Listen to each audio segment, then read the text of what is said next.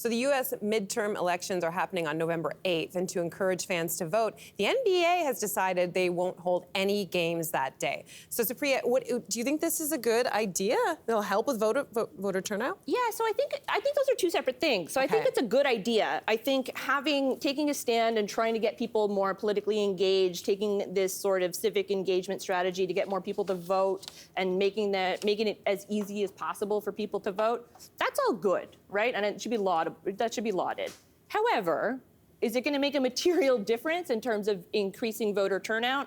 Probably not, particularly in the U.S., where there are lots of issues about, voter suppression and where it's been documented that areas that are higher proportion of, Black and Hispanic voters that are there tends to be fewer voting places to go to. Lineups are very long. You have to take out, a huge chunk of your day to do this. None of those issues are necessarily being solved. But if the NBA is doing this, right, and then some other leagues tend to follow, I think it's good to get it on terms of the national sort of conversation. And so those are two separate things. But I think, good for the NBA. And I think it's also worth noting that the NBA and the WNBA tend to be a little bit more political, right, than I think some of the other sports leagues. So good for them for following through on this. Yeah, I was going to go that route as well, because I think whether the other leagues will follow, I'm actually curious to see. Because the NBA tends to be in front, I'm not saying they should be applauded necessarily for always being perfect, but they seem to be doing more than, let's say, other leagues out there in terms of cultural and political issues. But they also are a league that has the largest majority of people of color who are their viewership. 66% of their viewership is either Black, Hispanic, as you said, or Asian.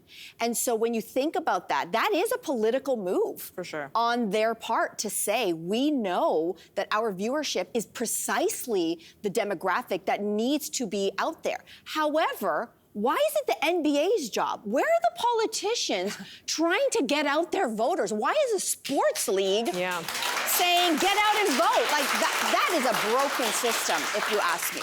And it's also, I will say, too, the NBA is great.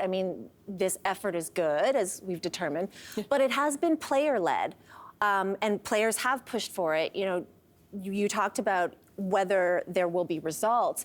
In 2020, there was that partnership between LeBron James and Michelle Obama to use NBA platforms to push out the vote. And they did see, according to NPR and Newsweek, some success in engaging voters.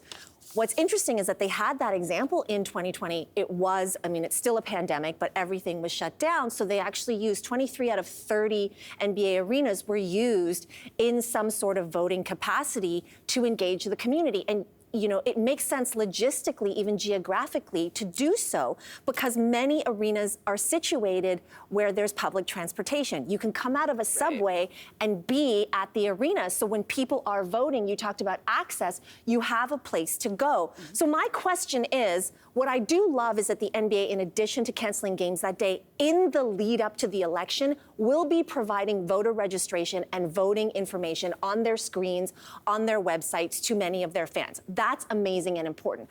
I just wish that maybe on the day, instead of not playing, they could have used the games and their venues maybe in a different way, like having the voting stations there open early in the day at the arena, maybe shutting down at a certain time, then reopening for the game. I know it would be a logistical mess, or very difficult, but it's been established that the arenas have been, especially in the Capital One Arena in DC, was used as a polling station, as a voting station. So, but is that on the NBA? Why can you do that? I think there's probably legalities that or logistics that get in the way. But again, is that on the NBA? Should politicians be saying, you know what, to get out the vote, let's work with the NBA and see if we can get those stadiums turned around to be places to vote? Here's the thing, though. Again, it does nothing to address the fact that the biggest reason, or one of the biggest reasons, is apathy. And we have it here right in Canada, is that people don't want to vote because they're disenchanted with politics or they don't believe in it. So this does nothing. Even access, all these things need to be fixed. But what do we do about the fact, and this is here in Canada, right, as well, people don't seem to care. We had less than 50% or around 50% turnout for the last provincial election here. This is a problem, and we're not going to solve that here today, but it is a problem, an ongoing one. For sure. Well, it's coming up quick. I know. And it's a big election. To our American viewers and friends, please vote.